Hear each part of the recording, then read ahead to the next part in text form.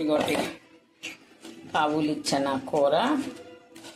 ఇది మ్యారేజ్లోని హోటల్ స్టైల్లోని ఎలా చేస్తారో చూపిస్తాను, చూడండి. పదండి మనం వెళ్ళిపోదాం వంటగదిలోనికి. ఈ కూర ఎలా చేసారో చూపిస్తాను. చూస్తున్నారా ఎంత బాగుంది ఈ కూర.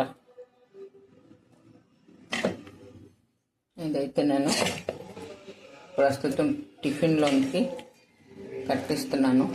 నా కొడుకు వెళ్ళిపోతున్నాడు డ్యూటీకి.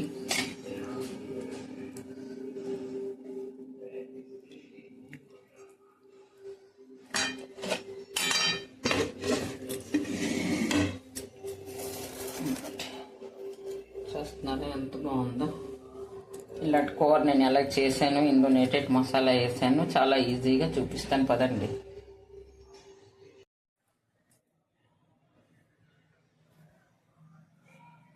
ఇది శనగలు చేసిన దినుసులు. ఇవి వేటేటో చూపిస్తాను. ఇవి పావు శనగలు.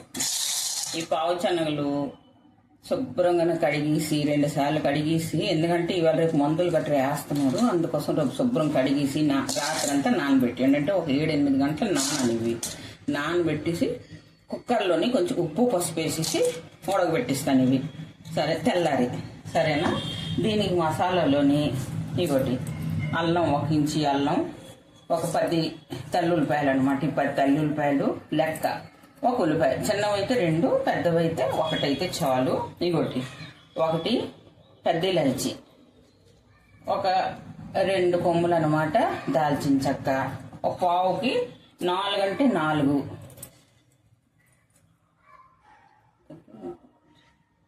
4 లవంగాలు, పావుకి 4 చొప్పుని. మీరు 1/2 కిలో చేసుకుంటే 8 వేయండి, కేజీ చేసుకుంటే 8 16 అంటే లెక్క అనమాట. ఈ ఇలాచీలు కూడా పావు చొప్పున చేస్తున్నాను, 1/2 కిలో చొప్పున. అలాగ ఎక్కువ మసాలా వేసిన కూర అస్సలు బాగోదు, రుచిపోతుంది. దాని ఫ్లేవర్ గట్రా అస్సలు ఉండదు, చేదు వచ్చేస్తుంది. ఇందులోని ఎంత వేయాలి అదే లెక్క అనమాట. 2 పచ్చిమిరపకాయలు, ఎంతకొకటి ఉన్నాయి చూస్తున్నారా, బెండకాయలాగా. ఇవి అంటే 1, 2, 3, 6 పచ్చిమిరపకాయలు అనుకోండి, కానీ ఇవి 2. ఎందుకంటే బెండకాయలకు పెద్దగా ఉన్నాయని. 2 టమాటీలు. ఈ 2 టమాటీలు కూడాను చిన్నవనేసి 2 తీసుకున్నాను. ఇంతకొకటి వస్తున్నాయి కదా, ఇవాళ హైబ్రిడ్ కదా, ఇంతకొకటి ఇస్తున్నాడు. మందులు వేసేసి మోకలు వేసేసి శుభ్రం పరిపించేస్తున్నారు. ఇవి 2 తీసుకున్నాను. సరేనా. ఇప్పుడు ఇవన్నీ మనం అన్నమాట ఉడకబెట్టిస్తున్నాం కాబట్టి ఇవన్నీ మనం రుబ్బుకోవాలా. ఈ పచ్చిమిరపకాయలు, అల్లం, తెల్లుల్లిపాయల, ఉల్లిపాయ, దాల్చిన చెక్క, పచ్చిమిరపకాయలు ఇవన్నీ రుబ్బిస్తాను. ఇది ఉడకబెట్టేసి మీ ముందుకు వస్తాను. సరేనా. ఇవన్నీ ముందు మిక్సీలో రుబ్బిస్తాను. ఇది రాత్రంతా నానబెట్టేసి ఇవి నానబెట్టేసి ఉడకబెట్టేసి మీ ముందుకు వస్తాను. ఇది ఎలా తాలింపు పెట్టేసి ఎలా చెయ్యాలో అది చూపిస్తాను. సరేనా.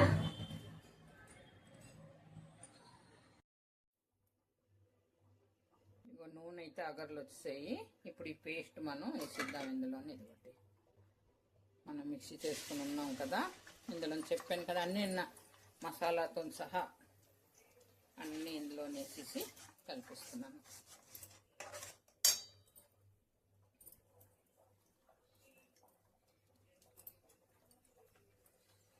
అల్లం, తెల్లుల్లిపాయ, పచ్చిమిరపకాయలు, మసాలా దినుసులు, ఉల్లిపాయలు, అన్ని మసాలా, లవంగులు, దాల్చిని, గోల్మిర్చి, బ్లాక్ పెప్పర్ అంటారు గోల్మిర్చి అంటే. ఇప్పుడు ఇది బాగా యాగాలి. ఏగితే అప్పుడు దీని రుచి వస్తుంది, చాలా రుచి వస్తుంది.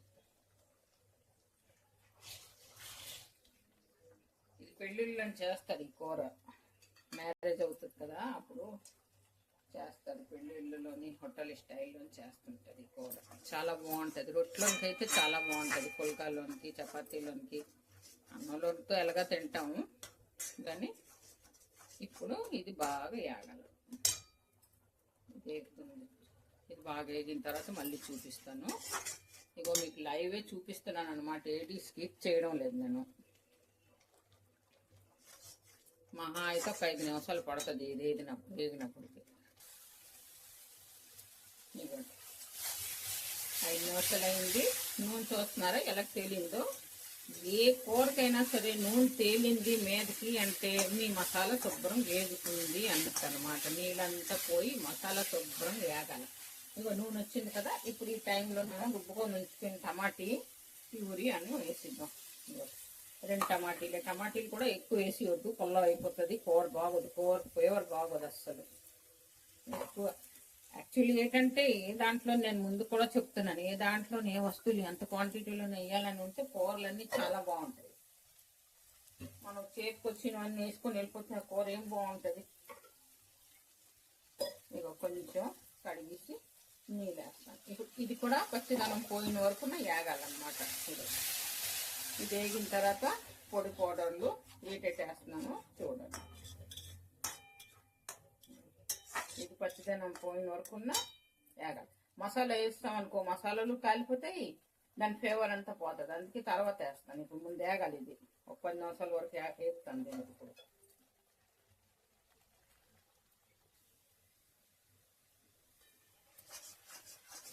ఇప్పుడు ఇంకేగలేదు ఇది, ఇంకా నూనె బయటికి చాలేదు చూస్తున్నారా.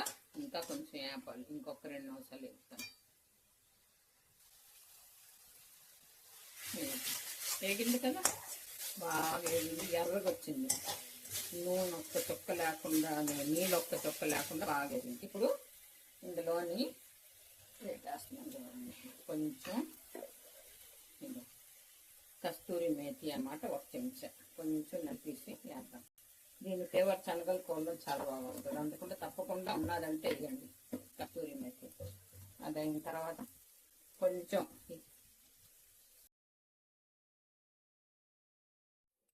కస్తూరి మేతి వేసాం కదా. కస్తూరి మేతి వేసిన తర్వాత కొంచెం ఎర్రగా రావడానికి, ఫ్లేవర్ రావడానికి అనమాట కొంచెం కాశ్మీరీ లాల్ మిర్చి వేసాను. దాని తర్వాత ఇది మామూలు మిరపగుండ అనమాట. ఇది మనం ఎంత తగ్గట్టు, ఎందుకంటే గోలు మిర్చి వేసాము, పచ్చిమిరపకాయలు వేసాం కాబట్టి 1 చెంచా వేస్తున్నాను.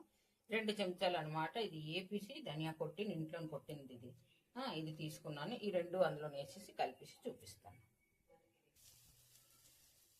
ఇంకోటి ఆ 3 వేసేసి కస్తూరి మేతి వేసిన తర్వాత కాశ్మీరీ లాల్ మిర్చి, కొంచెం తగినంత కారం, ధనియాల గుండ వేసేసి ఇదిగో శుభ్రంగా కలిపేసాను. కొంచెం నేను వేసినప్పుడు వీడియో స్కిప్ అయింది, సారీ. ఇదిగో ఇలాగ అయిన తర్వాత ఇది వేగింది. వేగిన తర్వాత ఇప్పుడు దీంట్లోని ఈ శనగలు యాడ్ చేసేద్దాం.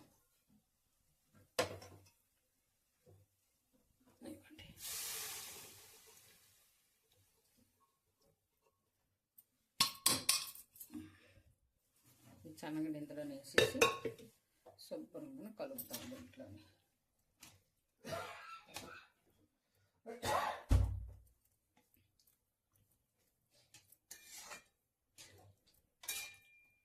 ఇప్పుడు ఈ స్టేజ్లో మీరు ఉప్పు చూసుకోవచ్చు. కారం అయితే సరిపోతుంది. కారం సరిపోయినా మరి మీద నుంచి వేయద్దు, పచ్చి వాసన వస్తుంది. మీరు ఏది చూసుకున్నా సరే మసాలా వేగుతున్నప్పుడే అన్నీ వేసేసుకోవాలి అజ్జా మీద. ఇంత నా ప్రకారంగా మీరు చేశారంటే మరి తిరిగి ఉండదు అస్సలు. ఇదిగోటి ఇప్పుడు ఇది కొంచెం వేగాలి. ఇది లావు పలుచగా ఉండదు. పలుచగా చేసుకున్న చేసుకుంటారు కానీ కొంచెం ముద్దలాగే ఉంటుంది. ఇంక ఇది అవ్వలేదు. ఇది నేను చూపిస్తాను మళ్ళీ.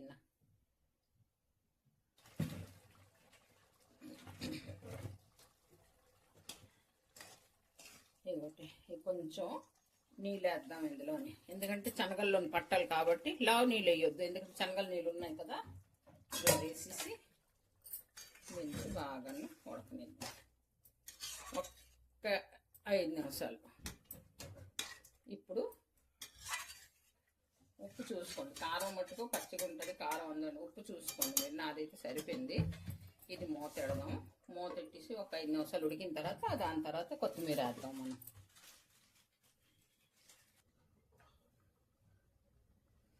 ఇంకోటి 5 నిమిషాలు అయింది. మూత ఇప్పి చూద్దాం ఎంత బాగా నూనె బయటకు వచ్చిందో చూస్తున్నారా. ఈ నూనె తేలిపోయింది అంటే మన కూర కూడా అయిపోయింది అన్నట్టు. చూస్తున్నానా.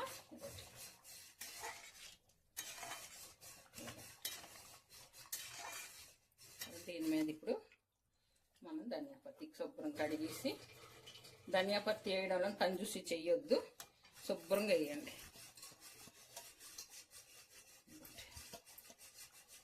వేసేసి ఇప్పుడు ఇలాంటి కూర మీరు చేసుకొని నా ప్రకారం చేసుకొని తినండి. ఎలాగొచ్చిందో ఈ కూర నాకు కామెంట్ బాక్స్లో తప్పకుండా చెప్పండి.